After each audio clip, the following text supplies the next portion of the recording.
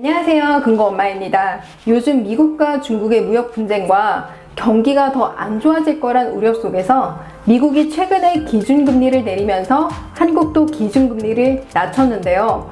그러다 보니까 은행의 예금금리가 떨어지게 되고 대출금리는 자연스럽게 덩달아 떨어지게 되었습니다.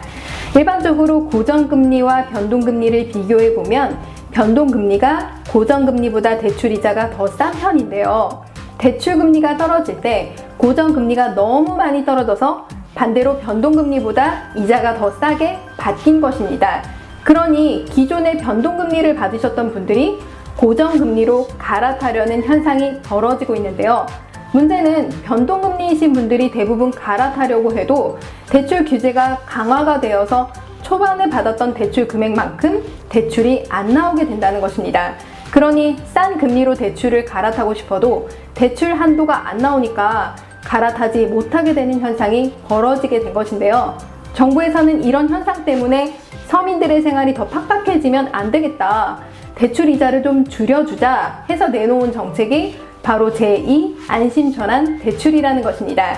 아직 대출 상품명이 제2 안심전환 대출이라고 나온 것은 아니지만 여러분들이 아시다시피 2015년에 1차로 안심전환 대출이 한번 나왔기 때문에 이와 매우 비슷한 상품이 나오게 될 것이다 라고 추측해 볼 수 있는 것입니다. 정부에서는 큰 그림을 보여줬는데 아직 뚜렷하게 이것이 뭐다 라고 발표하지 않았지만 우리가 예상해 볼 수 있는 것은 2015년도에 그 상품이 뭔지를 보면 어느 정도는 예상해 볼 수 있다는 것입니다. 8월 23일경에 조건 등 세부사항이 발표된다고 하고 8월 말에 이 상품이 출시된다고 하니까 미리 대략적으로 알아보신다면 대출 받으실 때 조금 더 수월하시겠죠. 그럼 한번 알아보실까요?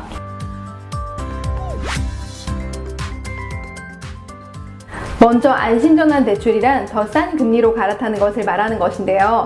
2015년도에는 정부에서 안심전환 대출 상품을 만든 것이고 2019년 8월쯤에 출시된 상품은 아직 공모 예정이라서 상품명을 출시하지 않았기 때문에 언론에서는 제2 안심전환 대출 상품이라고 가칭하였는데요. 표를 보시면 2015년도에는 1차 판매액인 20조 원이 4일 만에 소진되었고요. 추가 판매까지 실시하여 9일 만에 32조가량 판매되었다고 합니다.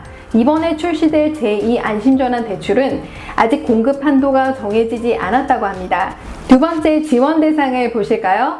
2015년 안심전환 대출은 변동금리이고 이자만 내는 대출이었다면 제2 안심전환 대출은 변동금리로 가입하시는 분들도 동일하게 가능하시고요. 여기에다가 혼합형 금리 대출자도 포함시킨다는 것인데요. 혼합형 금리라는 것은 말 그대로 고정 플러스 변동금리다 라고 생각하시면 되세요. 예를 들어서 5년 동안 고정금리로 가다가 5년 뒤부터 변동금리로 가는 조건으로 대출을 가입하시는 분들이 이에 해당이 되시겠죠. 이처럼 고정금리 후 변동금리로 전환하시는 분이시거나 5년마다 금리 변동하는 대출로 가입하신 분이시라면 해당이 된다는 얘기입니다. 세 번째로 2015년 안심전환 대출은 은행에서 먼저 대출을 갚아서 주택금융공사가 진행을 하였기 때문에 은행에 가서 신청을 하였는데요. 이번에 나올 제2 안심전환 대출은 신청하는 단계부터 주택금융공사가 취급을 하여 은행에 가지 않고 주택금융공사 홈페이지에서 온라인 접수가 가능하다는 얘기입니다. 그러니까 온라인으로 가입 대상이 되는지 안 되는지도 확인이 된다고 합니다. 네 번째 보시면 중도상환 수수료 부분이 나오는데요. 2015년도에는 중도상환 수수료가 없어서 갈아타기 매우 좋은 조건이었지만 이번에 나올 제2 안심전환 대출은 중도상환 수수료가 부과가 된다는 것인데요. 최대 1.2%까지라고 하니까 그 수수료를 내면 수수료를 낸 만큼 대출 금액을 더 해주겠다라고 하는 것입니다. 예를 들어서 중도상환 수수료를 내가 100만 원을 납입했다면 100만 원만큼 더 대출을 해주겠다라는 말 같은데 아무래도 이 부분에서 많이들 망설여질 것으로 보입니다. 그러니 중도상환 수수료 부분이 크다면 한 번 더 확인하시고 계산하셔서 신중히 갈아타셔야 될 것 같습니다. 다섯 번째로 신청 방식인데요. 2015년도에는 선착순이었다면 이번에 나올 상품은 신청 접수 기간을 2주 정도로 하여 소득이 낮은 순으로 주택 가격이 낮은 순으로 하여서 대출 전환을 해주겠다라는 것이니까 소득 부부 합산 대략 7천만 원 미만으로 내다보고 있지만 그것도 아직 정확하게 나와봐야 알 것 같습니다. 아무튼 그 정도로 될 것으로 보이고요.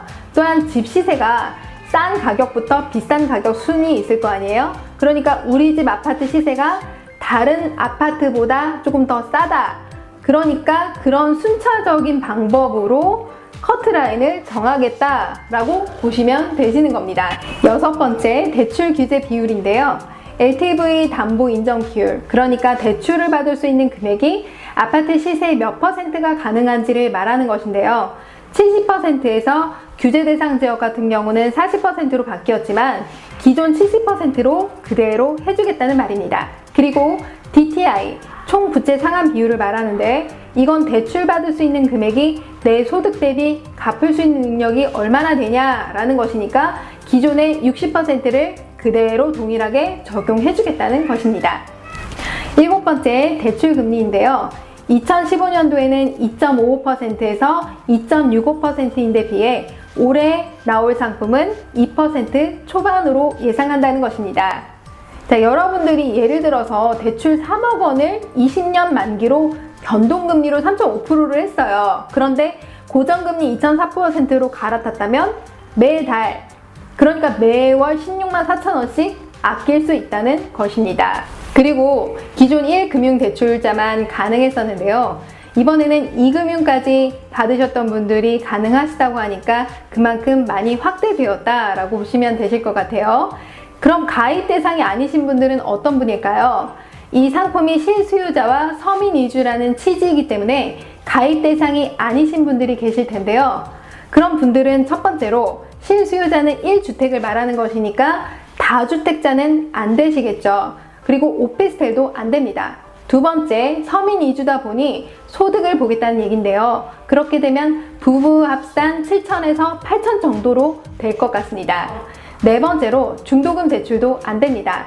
다섯 번째, 최근 6개월 이내 30일 이상 계속 연체가 됐다? 그럼 당연히 안 되시겠죠. 여섯 번째는 보금자리론, 적격대출, 국민주택기금대출이라면 안심전환대출에서 제외가 됩니다. 그리고 한 가지 주목해야 할 점은 기존 대출하셨던 분들 중에서 이자만 내셨던 분들이 있으시죠. 이런 분들은 신중하게 고려해야 될 부분인데요. 바로 원금을 분할 상환하는 것입니다. 이 부분이 2015년도에도 분할 상환을 하는 조건이었기 때문에 아마 동일할 것으로 보인다라고 예측해 볼 수 있겠죠. 아직은 큰 그림만 나왔으니까 정확하게 세부 정책이 발표가 되면 제가 영상을 한 번 더 올려드리도록 하겠습니다. 오늘 영상이 좀 도움이 되셨나요? 도움이 되셨다면 좋아요와 구독하기 눌러주세요.